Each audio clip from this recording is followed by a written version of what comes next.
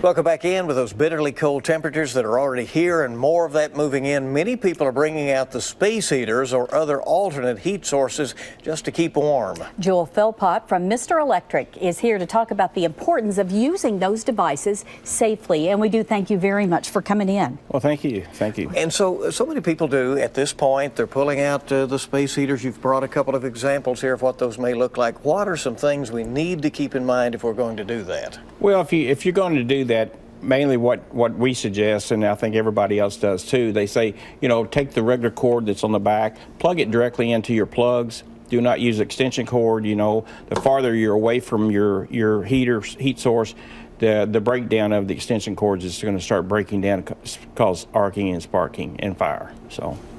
Now, when you do use something like this, is that, and it's taking a big drain off of your electricity and all, is that when you start seeing problems, underlying problems with the wiring and that in a house? Yes, if you've got a house that's got wiring in it older than 20 years, then you want to be careful about using these space heaters, because the wiring is, it breaks down the insulation and breaks down the copper in it. It gets, it's weaker, and so it could be, could cause fire problems. You brought a couple of these extension cords here. I mean, obviously you want to use one, if you do use one, that is capable of carrying the load. Yeah. And I've always heard also don't get them bunched up and that kind of thing. Is that important? Yeah, that is very important. Don't bunch a bunch together. Don't put extension cords under carpet.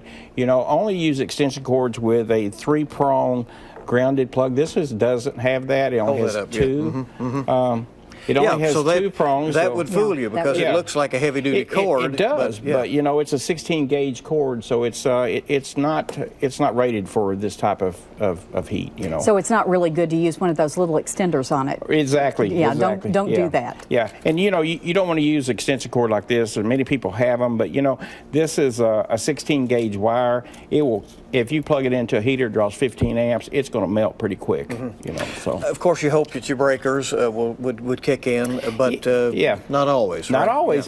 Yeah. Some homes still have fuses in them. So the fuses they can go. It takes longer for a fuse to blow than a breaker. So. Should you use these just for a certain length of time too?